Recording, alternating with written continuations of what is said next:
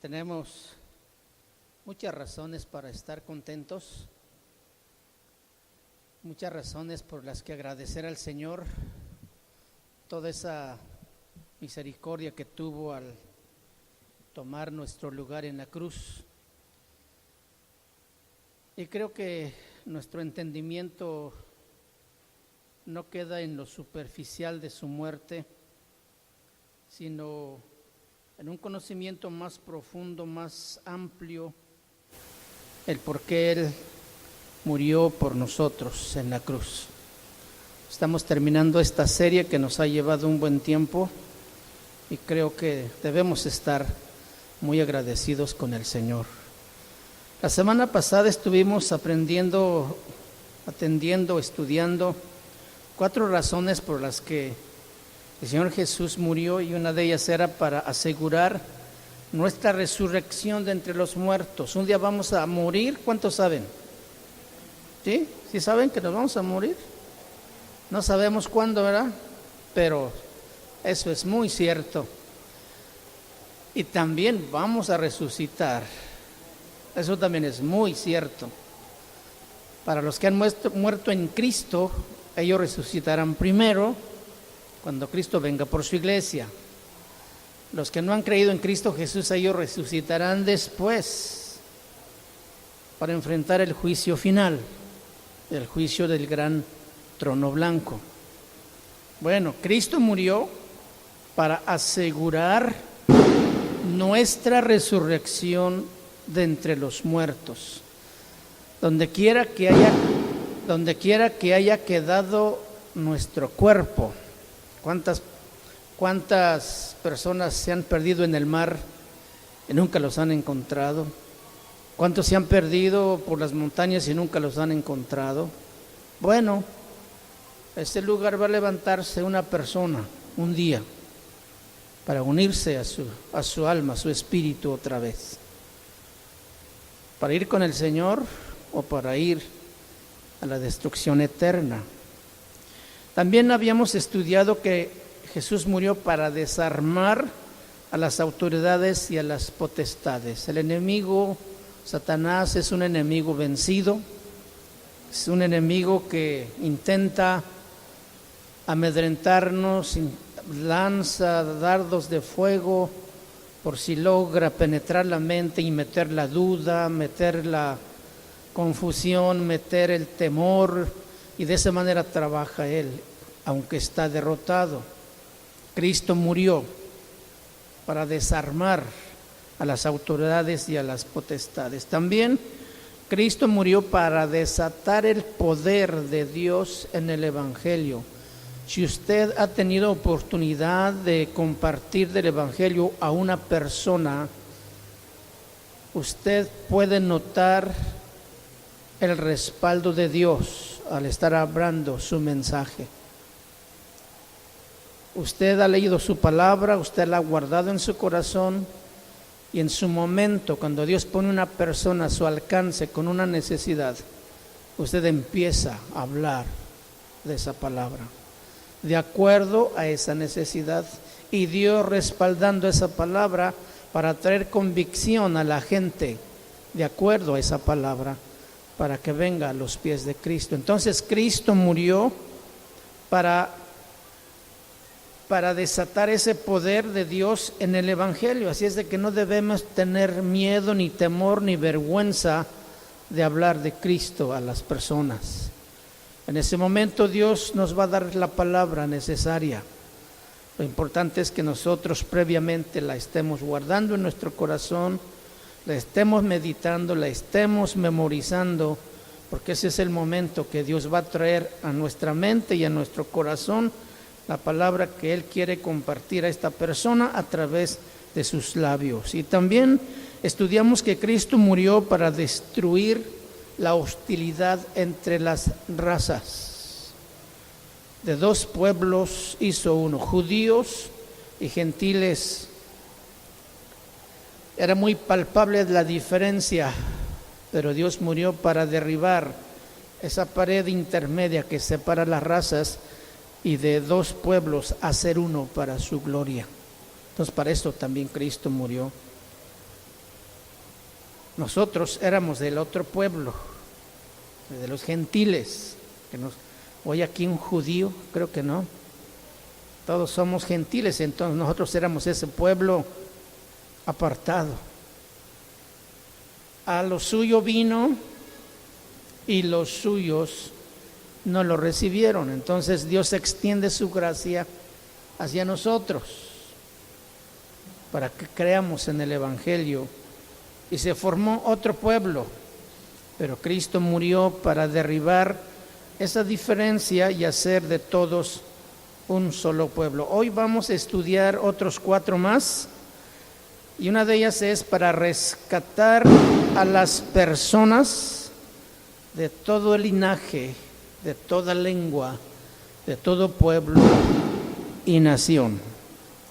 Cristo murió para rescatar a las personas de todo linaje, lengua, pueblo y nación. También vamos a estudiar que Cristo murió para reunir a sus ovejas dispersas por todo el mundo. ¿Cuántos saben que hay ovejas dispersas por todo el mundo?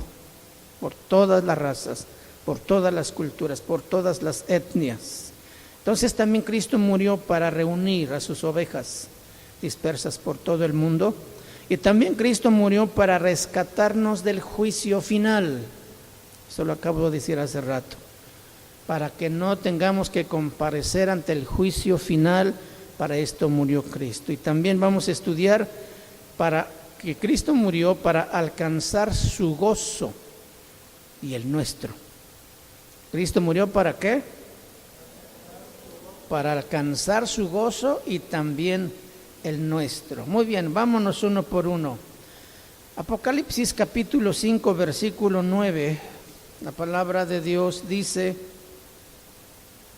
y cantaban un nuevo cántico diciendo: digno eres de tomar el libro y de abrir sus sellos, porque tú fuiste inmolado y con tu sangre nos has redimido para Dios. Lea conmigo: de todo linaje y lengua y pueblo y nación. Tú nos has redimido de todo linaje, de toda lengua, de todo pueblo y nación. Otra traducción dice: rescataste para Dios a gente de toda raza, idioma, pueblo y nación. Y otra traducción dice: compraste un pueblo para Dios. Y otra traducción dice: redimiste. Rescataste, compraste y redimiste para Dios a gente de toda raza. Lo que estamos leyendo aquí en el capítulo 5 de Apocalipsis, el escenario es el cielo. El apóstol Juan en esta parte nos está ofreciendo una perspectiva del futuro en las manos de Dios. Este versículo en la traducción lenguaje actual dice: en la mano derecha del que estaba sentado en el trono vi un libro enrollado. Las hojas del libro estaban escritas por ambos lados y el libro estaba cerrado con 7 sellos. Bien, abrir el libro significa desplegar la historia del mundo en el futuro. Leemos aquí que Juan llora porque parece que no hay nadie que pueda abrir el rollo. Entonces uno de los seres celestiales que estaban allí, en el versículo 5, dice: y uno de los ancianos me dijo: no llores. He aquí que el león de la tribu de Judá, la raíz de David, ha vencido para abrir el libro y desatar los sellos.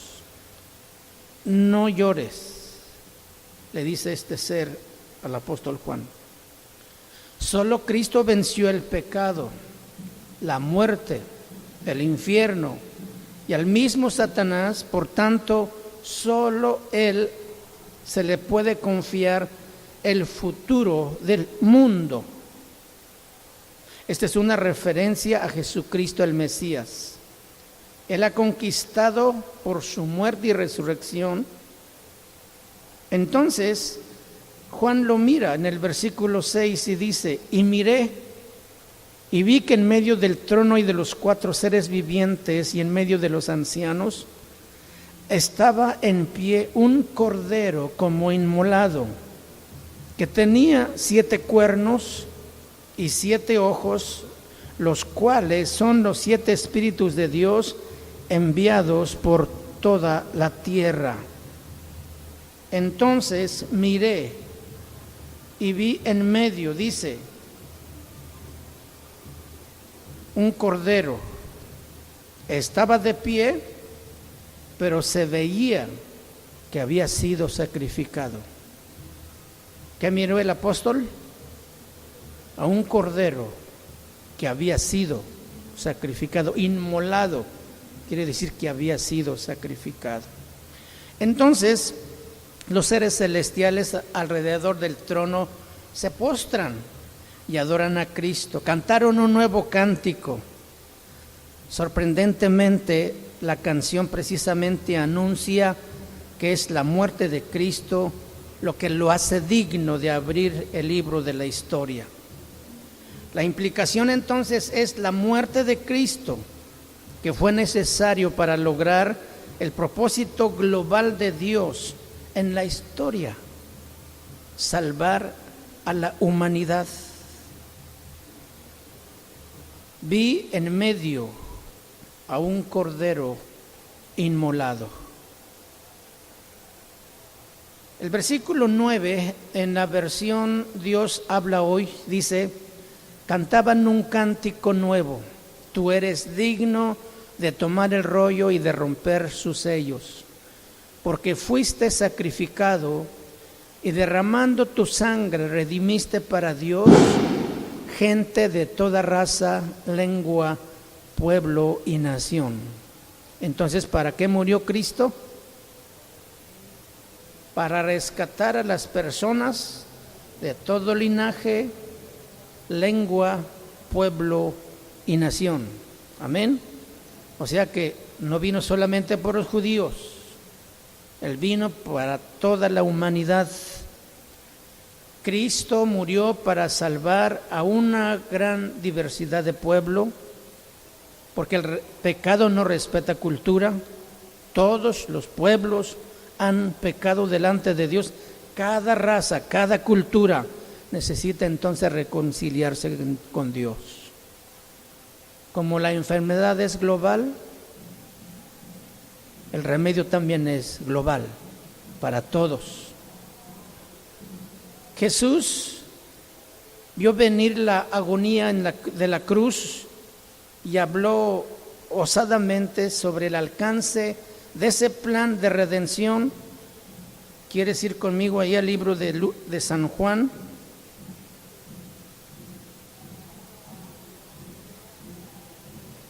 San Juan capítulo 12, versículo 32. Dice, y yo, Cristo está hablando, y yo si fuere levantado de la tierra, o sea, cuando yo sea resucitado de los muertos, a todos atraeré. ¿A cuántos? A todos. Está refiriendo a gente de todo linaje, de todo pueblo, de raza, lengua y nación. Y yo si fuere levantado de la tierra, a todos atraeré a mí mismo. A todos atraeré a mí mismo. El Señor Jesús nos quiere llevar a todos. Lamentablemente no todos creen en su sacrificio, pero los que hemos creído ya vamos a estar con Él para disfrutar de la gloria que Él tiene con el Padre. Muy bien, de esto vamos a hablar más adelantito. Pero cuando Él planeó su muerte, entonces Jesús abrazó el mundo entero. Este versículo en la versión Dios habla hoy, dice, pero cuando yo sea levantado de la tierra, atraeré a todos a mí mismo. El cristianismo comenzó en el Oriente, todos lo sabemos, y con el paso de los siglos había un importante cambio hacia Occidente, empezó a extenderse el Evangelio. Pero cada vez más ahora el cristianismo no es una religión del Occidente. Y esto no es sorpresa para Cristo, porque en el Antiguo Testamento su impacto mundial fue predicho. Fue en el libro de Salmos, en el capítulo 22, Salmos 22, 27. Vamos ahí, por favor.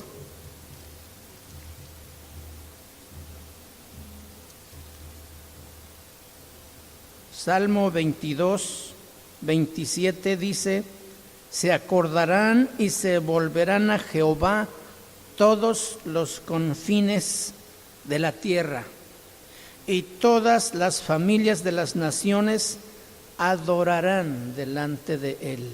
Amén. Se acordarán y se volverán a Jehová todos los confines de la tierra, y todas las familias de las naciones adorarán delante de él. Cristo todavía no había muerto cuando estas palabras fueron dichas, pero ya estaba profetizado que él iba a reunir a un gran pueblo de todas las partes del mundo.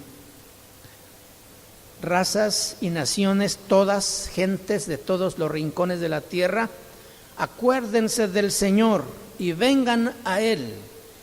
Arrodíllense delante de él, es lo que dice el versículo en la versión Dios habla hoy. Salmo 67, versículo 4. Alégrense y gócense las naciones. ¿Quiénes se deben gozar? Las naciones, porque juzgará los pueblos con equidad y pastoreará las naciones. ¿En dónde? ¿En el cielo? Dice en la tierra. Y pastoreará las naciones en la tierra. Tremendo. Una gran iglesia en el mundo y un solo pastor.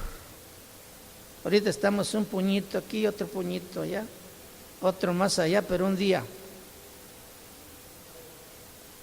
adorando al Cordero en un gozo inmenso, cuando Cristo venga a establecer su reino de paz por 1000 años. Esto será muy diferente y nosotros vendremos con él a reinar. ¿Te puedes imaginar esto? Imagínate un tiempo de alabanza. Nosotros aquí escasamente cantamos 40 minutos, 50 minutos. En ese tiempo no hay límite de tiempo. Yo me quedé sorprendido una vez en una misión en Chiapas que nos enviaron.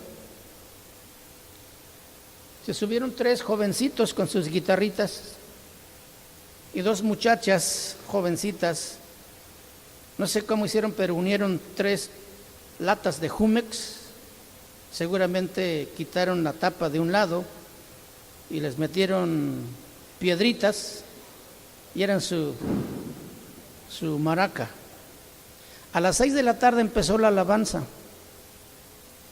A las 7, a las 8, a las 9 terminó el tiempo de alabanza. Yo no sé qué dedos tenían los jóvenes para tocar guitarra porque no pararon. Si acaso para decir un grito de júbilo como luego nos acostumbramos a echar, pero seguían cantando. Y nosotros nos quejamos porque ya el calor nos está derritiendo.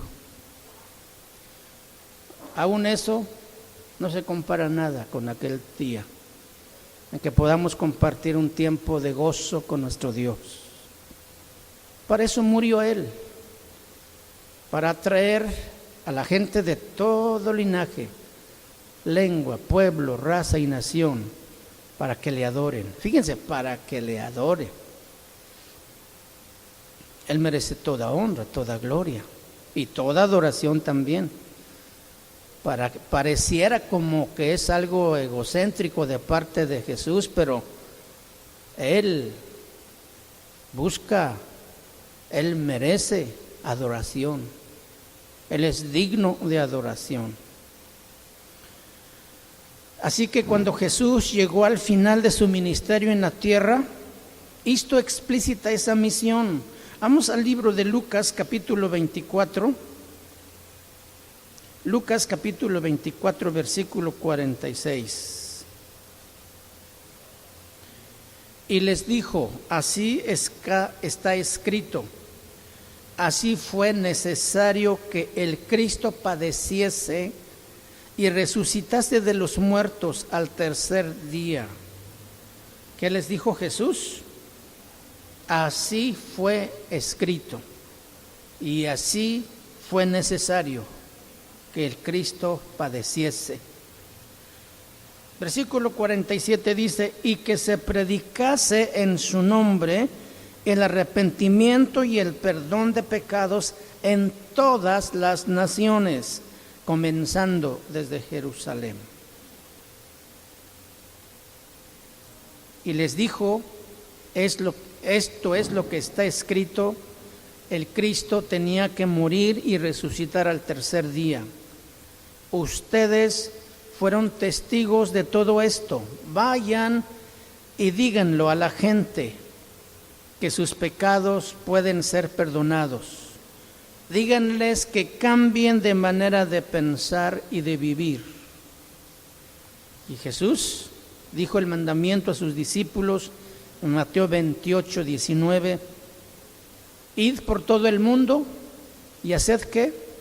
Discípulos a todas las naciones, bautizándolos en el nombre del Padre, del Hijo y del Espíritu Santo.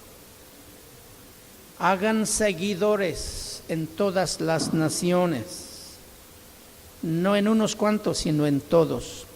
¿Por qué? Porque Jesús no es una deidad para una sola tribu, no pertenece a una sola cultura o a un grupo étnico. Él es el Cordero de Dios que quita el pecado no de unos cuantos, sino de ¿cuántos? De todo el mundo. Amén. Él es el Cordero de Dios que quita el pecado del mundo. Y en ese mundo pues estás tú, estoy yo. Él nos ha limpiado y nos ha perdonado todos nuestros pecados. Evangelio de San Juan, capítulo 1, versículo 29. Juan 1, 29.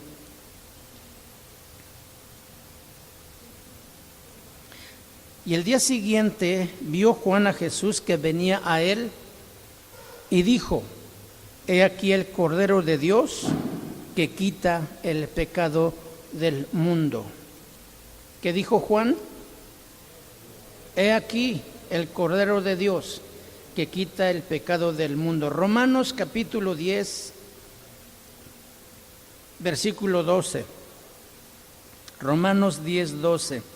Porque no hay diferencia entre judío y griego, pues el mismo que es Señor de todos es rico para con todos los que invocan, de todos los que le invocan. Versículo 13, porque todo aquel que invocare el nombre del Señor será salvo.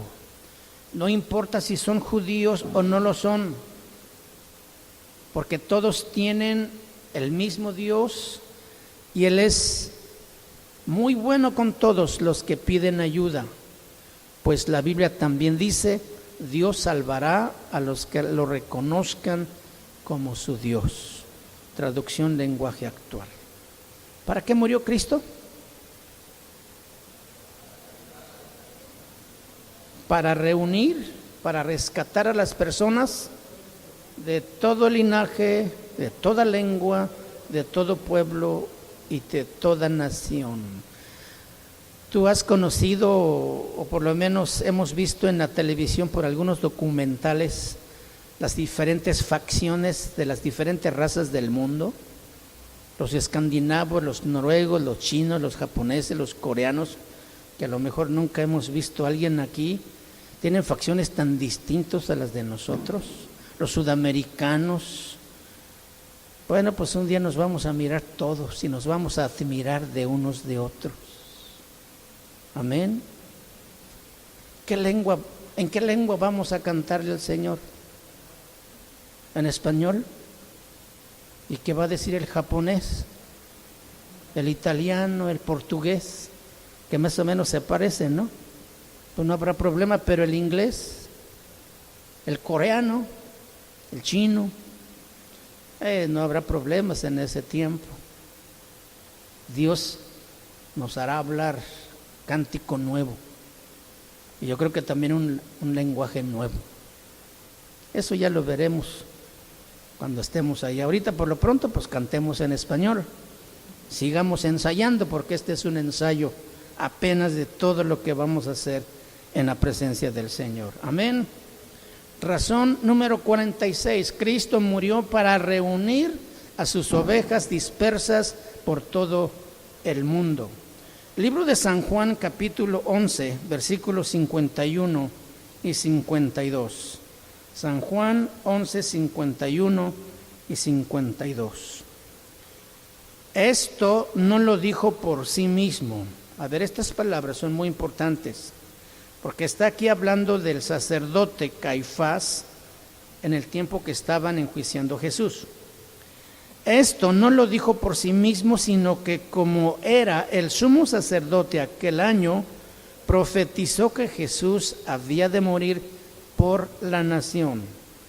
Y no solamente por la nación, sino también para congregar en uno a los hijos de Dios que estaban dispersos. ¿Qué dijo Caifás? Versículo 49. Entonces Caifás, uno de ellos, sumo sacerdote aquel año, les dijo: vosotros no sabéis nada, ni pensáis que nos conviene que un hombre muera por el pueblo y no que toda la nación perezca. Caifás no dijo estas palabras por su propia cuenta, sino como era el sumo sacerdote en ese año, sus palabras fueron una profecía de que Jesús iba a morir. Pero no solo por la nación judía, Dios tiene muchos hijos dispersos por el mundo y Jesús iba a morir para reunirlos en un grupo. Vamos a San Juan capítulo 10, versículo 16. Aquí está hablando Jesús: también tengo otras ovejas que no son de este redil. Aquellos también debo traer, y oirán mi voz, y habrá un rebaño y un pastor. También tengo otros seguidores que ustedes no conocen. Son ovejas que traeré de otro corral y me obedecerán. Así tendré un solo grupo de seguidores y yo seré su único pastor. Eso dice la traducción lenguaje actual. Como podemos ver, un burro puede hablar por Dios.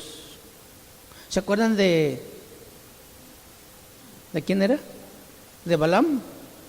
Bueno, pues aquí está el sumo sacerdote hablando algo que no había pensado él. Dios puso esas palabras en su boca, que era necesario que un hombre muriera y no que toda una nación pereciera, anunciando que era necesario, porque así estaba escrito, que el Hijo de Dios tenía que morir.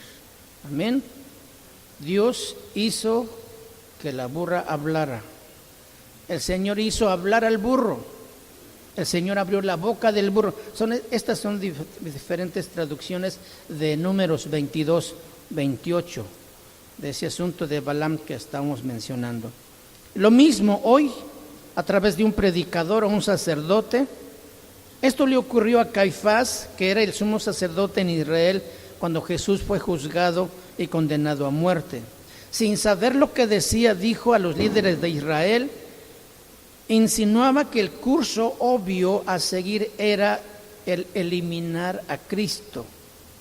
justificando su muerte como necesaria para evitar la intervención romana. Esto tenía un doble significado. Caifás quería decir: es mejor que Jesús muera que no que los romanos acusen a la nación de traición y destruyan al pueblo. Pero Dios tenía otro significado diferente. Por eso la Biblia dice en San Juan 11:51 que acabamos de leer, en el versículo anterior que leímos, Juan 11:50.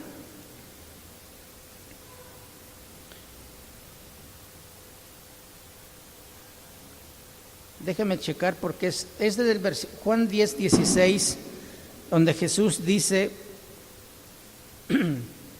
San Juan 10:16.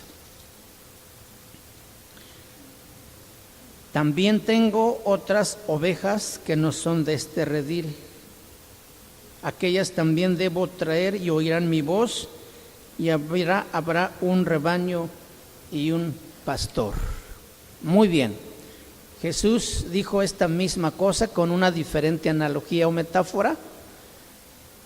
En lugar de hijos dispersos, habló de ovejas fuera del redil de Israel. Dice: también tengo otras ovejas que no son de este redil, aquellas también debo traer, y oirán mi voz, y habrá un rebaño y un pastor.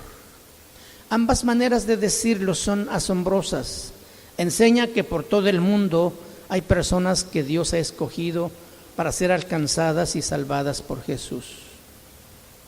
Allí hay hijos de Dios dispersos. Ellos son ovejas, no de este redil, o sea, no de los judíos, entre ellos nosotros. Esto quiere decir que Dios es muy agresivo a reunir a su pueblo, un pueblo para su Hijo. Llama a su pueblo a ser discípulos. Es un mandamiento que hemos recibido de Dios, pero también va delante de ellos. Tiene un pueblo escogido antes de que sus mensajeros lleguen a ellos. La experiencia que hemos tenido cuando hemos salido a evangelizar es que la gente está tan sensible y abierta al Evangelio que parece que nos estaban esperando. Esto no se veía 10, 15 años atrás. La gente era agresiva y nos insultaban, nos aventaban la puerta en la cara y a veces nos tiraban piedras. Hoy, a estas alturas, la gente como que está cansada de tantas cosas que ve y no alcanza a entender. Cuando llega el Evangelio y les muestra la realidad de la condición del hombre y les ofrece una alternativa de salida, esa gente quiere escuchar. Entonces Dios no solamente reunió un pueblo, sino que los preparó para cuando sus discípulos salgan a llevar el Evangelio, la gente le escuche y sea salva. Por lo que entonces nosotros no debemos tener tampoco temor ni detenernos de ir a llevar el mensaje, porque la gente está con una necesidad muy profunda. Tú lo puedes ver. Cuando tú te dispongas a hablar, Dios te va a acercar gente que ni tú imaginaste. Cuando tú cierras tu corazón y tu boca, no pasa nada. Porque ¿para qué va a acercar Dios a una persona con necesidad, a un cristiano, si no le va a decir el mensaje de salvación? Pero cuando tú te dispones a hablar de Cristo y entregar el mensaje a esta persona que está sufriendo, seguro Dios ha preparado su corazón y esta gente va a escucharte. Nos invitan a pasar hasta dentro de sus casas. Antes no era así. Cuéntenme, parece que nos sacan las palabras de la boca. Y estamos, la experiencia del hermano Carlitos, hermano Juan, hermano Lupe, estos días en la evangelización.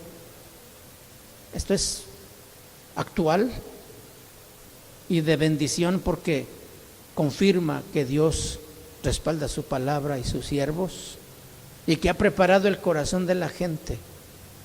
¿Cuántos en su trabajo tienen contacto con personas que no conocen a Cristo? Todos. Creo que ninguno estamos en una empresa o una institución que todo el mundo sea cristiano para hablarles de Cristo. Hasta en la iglesia mismo tenemos que hablar del Evangelio a la gente, que se supone que ya todos han creído. A veces la iglesia necesita una reevangelizada, porque ha olvidado los principios. Bueno, pero Dios afuera ha preparado gente lista para escuchar. Amén. Gloria al Señor. ¿Te gozas con esto? Entonces, llama a su pueblo a ser discípulos, pero también va delante de ellos. Tiene un pueblo escogido antes que sus mensajeros lleguen allá. Así que Jesús habla de conversiones que Dios ha hecho suyos y luego han sido llevados a Cristo. San Juan 6:37, la palabra del Señor dice: todo lo que el Padre me da, vendrá a mí, y al que a mí viene, no le echo fuera. Todo lo que el Padre me da, vendrá a mí, y no le echo fuera. Jesús no obra independientemente del Padre, sino con Él. El propósito de Jesús era hacer la voluntad de Dios. San Juan 17, versículo 6 dice: he manifestado a los hombres que del mundo me diste. ¿A los hombres de qué? Que del mundo me diste. Tuyos eran. ¿Cuándo? Antes de que Cristo viniera. Porque dice, tuyos eran y me los diste. ¿De quién está hablando? De sus discípulos, los que ya les seguían. O sea, desde antes Dios había preparado este grupo para cuando que Cristo viniera, ellos respondieran al llamado y le siguieran. Tuyos eran y me los diste, y han guardado tus palabras. Cristo ofreció esta oración por su pueblo, solo en cuanto a los creyentes, no por el mundo en general, que aquí está hablando de sus discípulos. Es asombroso que Dios tenga su mirada puesta en todos los pueblos del mundo y nombra un redil para sí, y entonces envía misioneros en el nombre de Cristo y después dirige a sus escogidos en son de evangelización y los salva. Por eso Jesús no solamente nos dice id y hacer discípulos, Él ya fue adelante a preparar a la gente. Si nosotros obedecemos el mandamiento, nos vamos a encontrar con corazones abiertos porque Dios los ha preparado. Por eso, qué tremenda pérdida y qué tristeza que los discípulos de Cristo no hablen de ese evangelio que salva a la gente, porque luego la excusa es que no escucha. Ya le he hablado muchas veces y no oye. Miren, Dios tiene sus tiempos y lo mejor es que usted siga hablando, porque entonces, si usted no lo hace, imagínese las cuentas que va a entregarle al Señor. Hablemos de Cristo, compartamos de este mensaje de esperanza. Cristo para eso nos ha salvado. Y ellos no podrían ser salvos de otra manera. Por eso las misiones son muy necesarias en una iglesia. Yo creo que pronto ustedes tendrán una invitación de parte de los misioneros para que los vayan a acompañar a hablar del mensaje del evangelio. ¿Sabe por qué? Porque esto va a crecer, que no nos vamos a dar abasto. Los 10,000 misioneros que tenemos no van a alcanzar. Entonces la iglesia va a venir para hacer el trabajo que Dios está esperando de nosotros. Las ovejas oyen su voz y a sus ovejas llama por su nombre y las saca, y las ovejas le siguen, lo que quiere decir que Él va delante. Una vez que Jesús ha sacado sus ovejas en la tarea de evangelización, Él va delante. El miedo de muchos es que, y si me hacen preguntas, ¿qué le voy a contestar? Y si me toca un ateo, ¿qué le voy a decir? Hasta un ateo necesita de Dios para ser ateo. Sí, dígame si no. Claro que sí. Jesús sufrió y murió para que las ovejas puedan oír su voz y puedan vivir.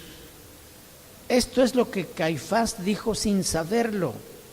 Jesús moriría no solamente por la nación, sino también para congregar en uno a los hijos de Dios que están dispersos en todo el mundo. Jesús dio su vida para reunir las ovejas. Por su sangre compró la misericordia que hace su voz inconfundible para los suyos. ¿Cuántos han oído su voz? ¿Sí oyen su voz? Cuando les habla, porque usted es su oveja. Él lo conoce a usted por su nombre. La bendición, el privilegio que nosotros tenemos es que podemos oír su voz cuando nos habla. ¿Cómo habla Dios? Ese es un buen tema para una buena enseñanza. ¿Cómo habla Dios? ¿Cómo puedo escuchar la voz de Dios? Tenemos ese privilegio de que el pastor nos conoce y nos habla. Lo importante es que nosotros oigamos su voz también. Oremos a Dios que aplique esa misericordia en nuestras vidas, que nosotros podamos oír y vivir. Amén. Razón número 47. ¿Para qué murió Cristo? Para rescatarnos del juicio final. Para rescatarnos del juicio final. El libro de Hebreos capítulo 9, versículo 28.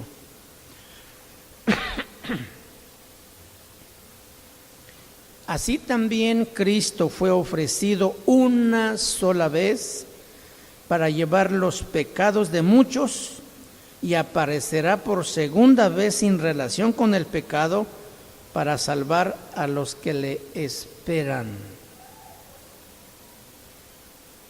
Como ninguna sabiduría, ningún conocimiento, ninguna virtud o riqueza o poder puede impedir que muera uno de la raza humana, así nadie puede librar a un pecador de ser condenado en el día del juicio, salvo el sacrificio expiatorio de Cristo.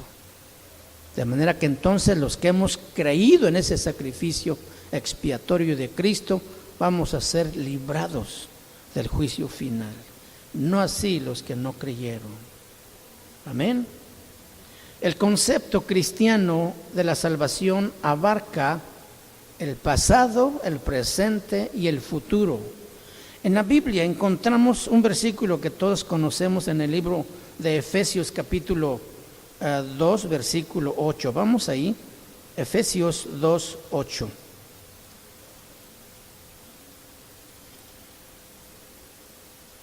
Porque por gracia, ¿qué? Porque por gracia sois salvos, por medio de la fe, y esto es de acuerdo a nuestros méritos. ¿Cómo dice el versículo?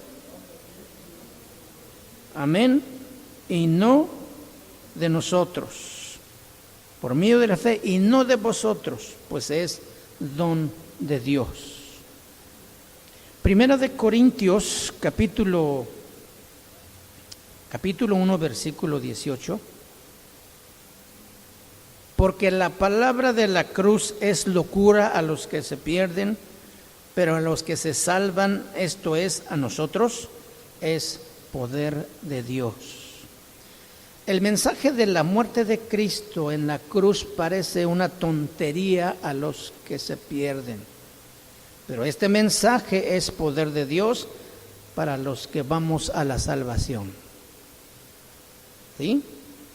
Romanos capítulo 13, versículo 11.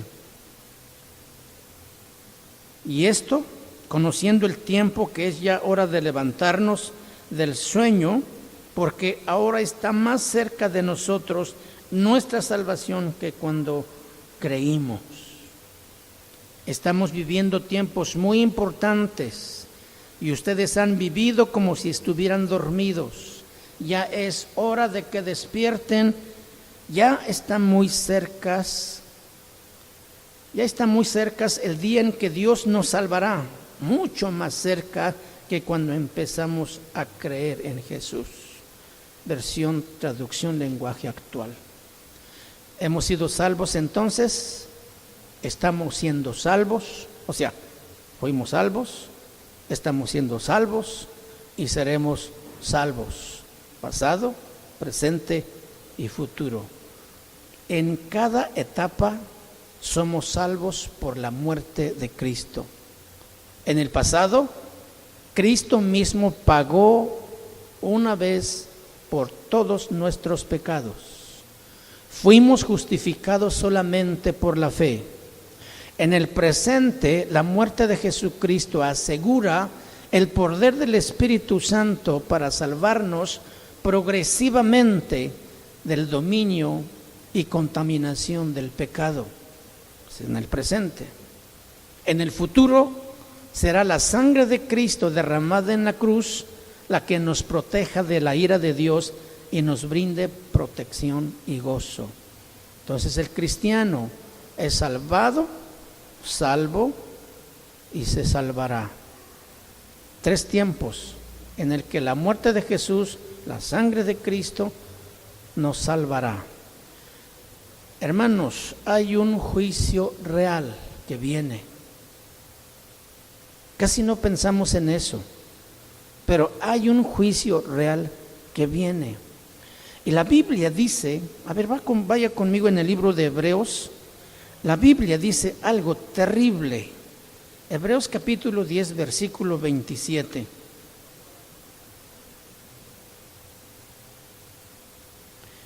Dice, sino una horrenda expectación de juicio y de hervor de fuego que ha de devorar a los adversarios.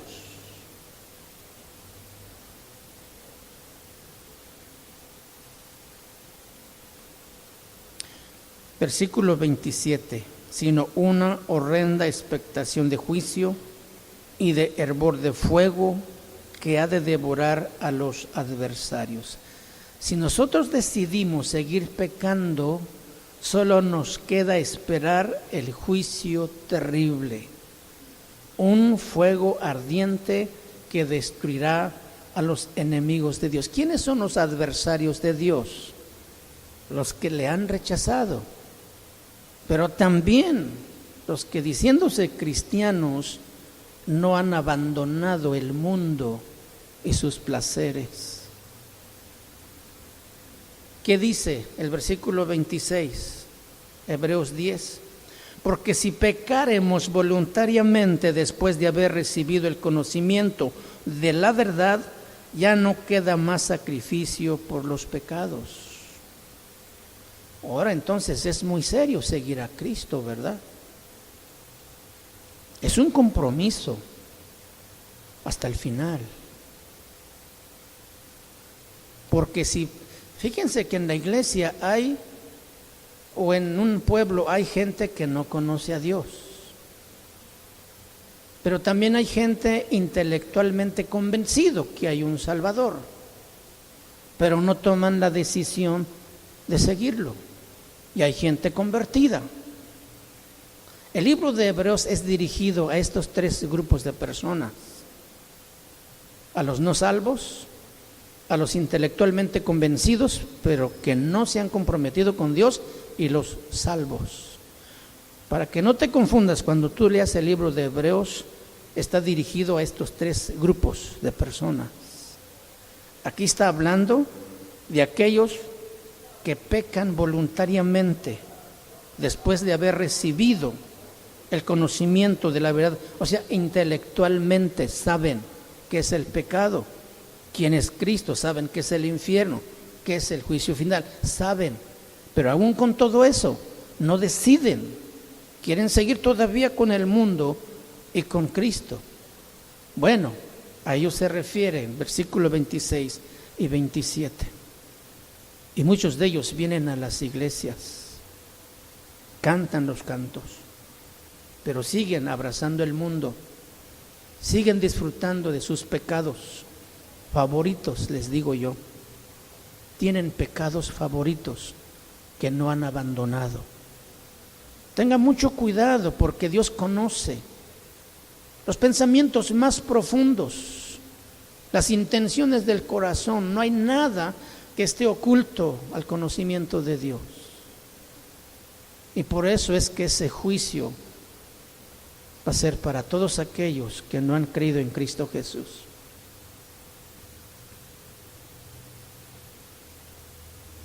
Con todo esto, entonces, el Señor nos llama a vivir con temor y con reverencia, porque nuestro Dios es fuego consumidor. Hebreos 12:28.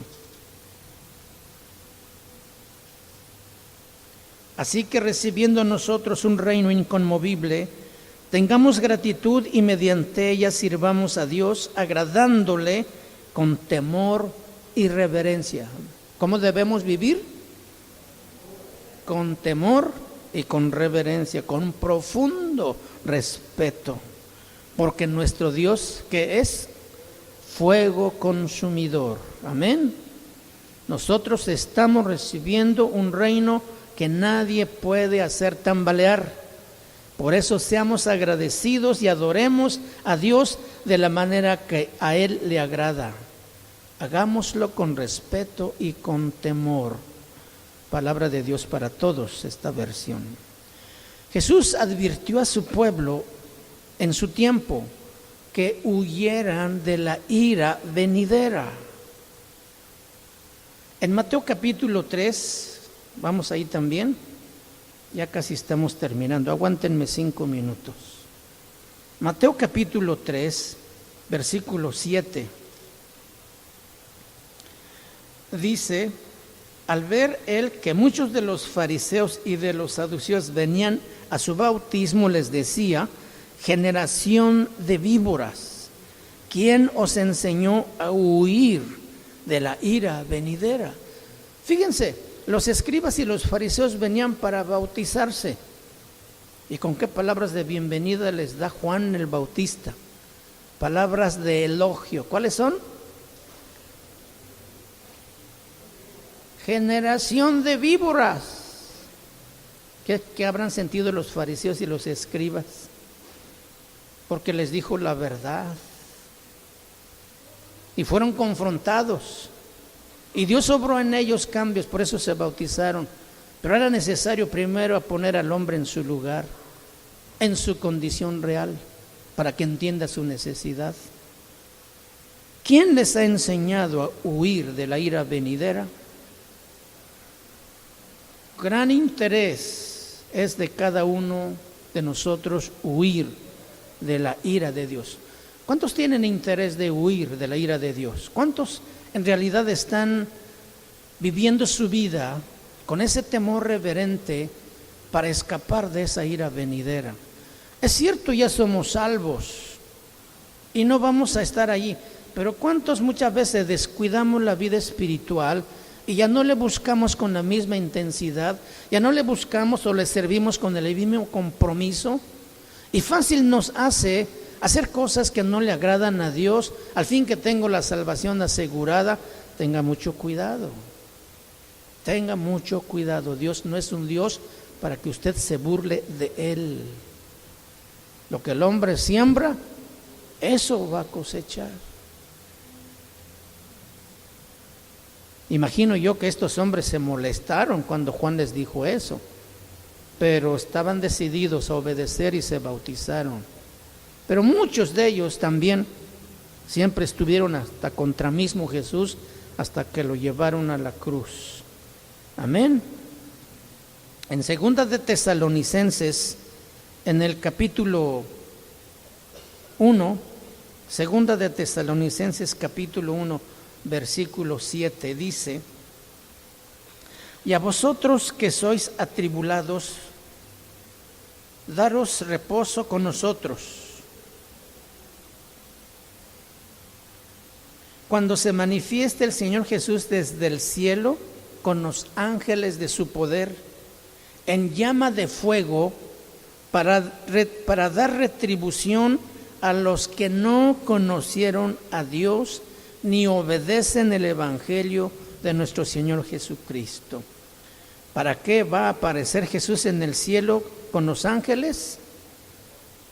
Para dar retribución, o sea, para pagar, dar el pago, para dar retribución a los que no conocieron a Dios ni obedecen el Evangelio de nuestro Señor Jesucristo, los que cerraron su corazón al Evangelio de Jesucristo. Dice la versión Dios habla hoy: vendrá para castigar a los que no reconocen a Dios ni obedecen el Evangelio. La versión Palabra de Dios para Todos dice: el Señor Jesús vendrá del cielo con fuego ardiente para castigar. La traducción lenguaje actual dice: y los destruirá para siempre, los echará lejos de su presencia, donde no podrán compartir su gloria y su poder. Algunos cuadros de esta ira final de Dios son casi demasiado terribles para considerarlos. Ahora, irónicamente, Juan el apóstol amado, ¿se acuerdan que así le decían? Juan el apóstol amado es quien nos da la más magnífica visión del infierno. El apóstol amado, el que rechaza a Cristo y se une a otro, según Apocalipsis 14, 10 al 11, el resultado final del pecado es la separación eterna de Dios. Debido a que los seres humanos hemos sido creados a imagen de Dios, con una sed innata por la comunión con Él, la separación de Dios será el tormento final y la desdicha que sigue el pecado. El pecado siempre acarrea desdicha, pero en esta vida podemos optar por arrepentirnos y restaurar nuestra relación con Dios. Usted ya lo hizo. Gracias a Dios escuchó su mensaje. Vino Jesús, pidió perdón, se arrepintió y ahorita sigue caminando en esta vida. ¿Fallamos todavía? Sí. ¿Tenemos áreas débiles? Todavía. Pero estamos trabajando, estamos esforzándonos. Por eso es muy importante permanecer. Permanecer. La rama que no permanece en el tronco de la vid, separados de mí, nada podéis hacer. Entonces no podemos hacer nada separados del Señor. Amén. Muy bien. Razón número 48. También Cristo murió para alcanzar su gozo y el nuestro. ¿Para qué murió Cristo? Para alcanzar su gozo y el nuestro. Hebreos capítulo 12, versículo 2. Por tanto, nosotros también, teniendo en derredor nuestro tan grande nube de testigos, dice, despojémonos de todo peso y del pecado que nos asedia y corramos con paciencia la carrera que tenemos por delante, puestos los ojos en Jesús, el autor y consumador de la fe, el cual por el gozo puesto delante, esa palabra o esa frase, el gozo puesto delante de él, sufrió la cruz, menospreciando el oprobio, y se sentó a la diestra del trono de Dios. Con esto entendemos que el camino que conduce al gozo es un camino duro. Es duro para nosotros. Fue duro para Cristo. ¿Te puedes tú imaginar Cristo viniendo al mundo con la misión de morir, entendiendo de qué manera lo iban a matar. Cada día que Él salía a predicar, a sanar a la gente con sus discípulos, era un día más que se acercaba a ese momento en que Él ofrecería su mismo cuerpo en sacrificio por nosotros. Fue muy duro para Él y le costó la vida. También puede costarnos la vida a nosotros, pero el gozo puesto delante de Él sufrió la cruz. Jesús fue con gozo a la cruz. Primero la agonía de la cruz, porque después vino el éxtasis del cielo, sentado a la diestra del Padre. No había otro camino. El gozo puesto delante de Él tenía varios niveles. Primero, era el gozo de la reunión con su Padre, Salmo 16:11. Segundo, el gozo del triunfo sobre el pecado, Hebreos 1:3. Era el gozo de los derechos divinos restaurados, Hebreos 12:2. Y número 4, era el gozo de estar rodeado con alabanza del pueblo por quienes Él murió. La Biblia dice que cuando un pecador se arrepiente, ¿qué hay en el cielo? Gozo, ¿verdad? Hay fiesta, hay regocijo. Bueno, por millones se arrepiente gente en el mundo, ¿verdad? Y creen en Cristo. Imagínense, el cielo es una eterna fiesta, gozo y alegría por cada pecador que se arrepiente. Cuando usted se arrepintió de sus pecados y confesó sus culpas delante de Dios, hubo gozo en el cielo. Tan valioso es su alma que el cielo se regocijó porque usted no va a ir al infierno. ¿No deberíamos entonces esforzarnos para vivir una vida que agrada a Dios? ¿No deberíamos entonces renunciar totalmente al mundo para consagrarnos a Él? ¿No deberíamos entonces tomar responsabilidad en la obra, aunque nos cueste la vida, así como le costó a Cristo? Nosotros nunca podremos sufrir como Él sufrió. Ninguno de nosotros va a morir crucificados. O si Dios quiere, a lo mejor. Pero aún ahí la gracia de Dios estará presente. Pero ya que no vamos a morir así, y todas las bendiciones que nos trajo la muerte de Cristo, ¿vale la pena? Claro que sí, vale la pena. Vale la pena que nos esforcemos, mis hermanos. Ok, esto estamos hablando del gozo de Cristo. La reunión con su Padre, el triunfo sobre la muerte, el derecho de los atributos o restaurados, el derecho divino para Él y el gozo de estar presente con alabanza de su pueblo. Pero ¿qué de nosotros?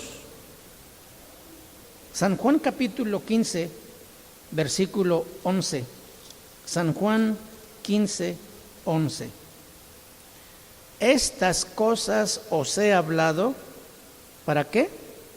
Para que mi gozo esté en vosotros y vuestro gozo sea cumplido, o sea, completo. Aquí está una conexión del gozo de Cristo con nuestro gozo. Les he dicho esto para que sientan la misma alegría que tengo yo y para que tengan completa alegría. La versión Palabra de Dios para Todos. Jesús sabía cuál sería su gozo y dijo: mi gozo estará con vosotros. Nosotros que hemos confiado en Él, nos regocijaremos del gozo de Jesús, tanto como Él nos permita experimentarlo como criaturas tan finitas. Pero el camino, mis hermanos, será duro. El camino del Calvario fue duro para Cristo. Y Jesús nos advirtió: San Juan 16:33. En el mundo tendréis aflicción. Jesús dijo, ¿verdad? Pero confíen en mí. Yo he vencido al mundo. Yo he conquistado el mundo. Yo he vencido los poderes que gobiernan el mundo. Mateo capítulo 10. Mateo 10, versículo 24.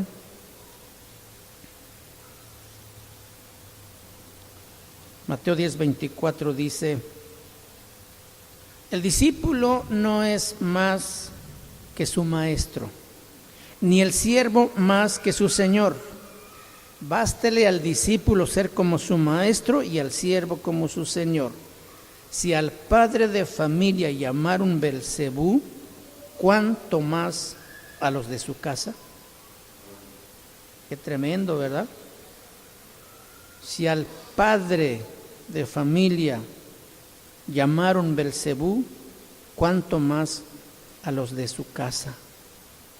¿Cuánto más a los de su casa? El discípulo no es más importante que su maestro, ni el esclavo es más importante que su amo. Lo más que puede hacer el discípulo es ser igual a su maestro y el esclavo igual a su amo. Si la gente dice que yo soy el diablo, entonces ¿qué no dirán de ustedes que son mis discípulos? Está bien claro. Lucas capítulo 12, Lucas 21, 16. Mas seréis entregados aún por vuestros padres, y hermanos y parientes, y amigos, y matarán a algunos de vosotros, y seréis aborrecidos de todos por causa de mi nombre. Sus padres, hermanos, familiares y amigos los entregarán a las autoridades. A algunos de ustedes los matarán. Todo el mundo los odiará por ser mis discípulos. ¿Está fácil el camino? No, ¿verdad? ¿Cuántas veces olvidamos eso? Ese es el camino que recorrió Cristo Jesús, y ese es el camino hacia el gozo. Su gozo triunfante en nosotros y nuestro gozo pleno. Del mismo modo que la esperanza de gozo capacitó a Cristo para soportar la cruz, nuestra esperanza de gozo también nos capacita para sufrir con Él. Jesús mismo nos preparó para esto cuando dijo en Mateo 11, 5, 11 y 12: cuando la gente los insulte, los persigan y hablen mal de ustedes por seguirme, sepan que son afortunados a los ojos de Dios. Cuando les pase esto, dice, alégrense, porque Dios les va a dar una recompensa, así también como maltrataron a los profetas antes de ustedes. Nuestro premio será entonces gozar a Dios, escuchen bien, gozar a Dios con el verdadero gozo que el Hijo de Dios, o sea Jesús, tiene con su Padre. Es un gozo que no podemos describir y hoy no lo podemos sentir todavía. Un día lo vamos a disfrutar. Si Jesús no hubiese muerto voluntariamente, si Él ni nosotros podíamos alegrarnos jamás. Si Jesús hubiera sido desobediente, nosotros habríamos perecido en nuestros pecados. Su gozo y el nuestro fueron adquiridos en la cruz. Por eso, no solamente hay que acercarse a la cruz, sino morir en ella. Crucificarnos juntamente con Cristo. Ahora seguimos el camino del amor y nosotros podemos decir, como el apóstol Pablo dice en Romanos 8:18, estoy seguro que los sufrimientos por los que ahora pasamos no son nada si los comparamos con la gloria, con la gloriosa vida que Dios nos dará junto a Él. Por más grande tribulación que tengamos, por más sufrimiento terrible que tengamos, no se puede comparar con el gozo que disfrutaremos con Él. Entonces debemos animarnos para no desmayar y para seguir adelante, mis hermanos. Soportamos reproches, soportamos esos reproches con Él, pero entonces habrá gozo sin medida y siempre creciente. Todo el riesgo que requiera el amor lo vamos a soportar, no con heroísmo o no con un heroico poder, sino con la fortaleza de la esperanza que Él da. El salmista David, en el capítulo 30 de Salmo, versículo 5, dice: porque un instante dura su enojo, pero toda la vida su bondad. Si por la noche hay llanto, por la mañana habrá gritos de alegría. Los sufrimientos, los sacrificios son un instante comparado al gozo eterno. Son apenas una noche, porque al día siguiente habrá alegría. Esa es nuestra esperanza. Entonces, razón suficiente para alegrarnos, a pesar de que el camino del Calvario sea duro y que nos cueste mucho trabajo. De todos modos, nos podemos gozar. Amén. ¿Por qué no le cantamos a Cristo un canto esta noche antes de irnos?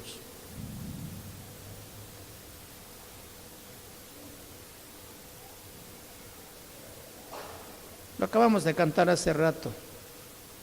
Gloria y loor. Sí lo conocen, ¿verdad?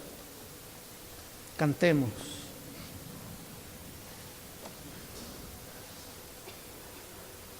Este canto lo expresa así.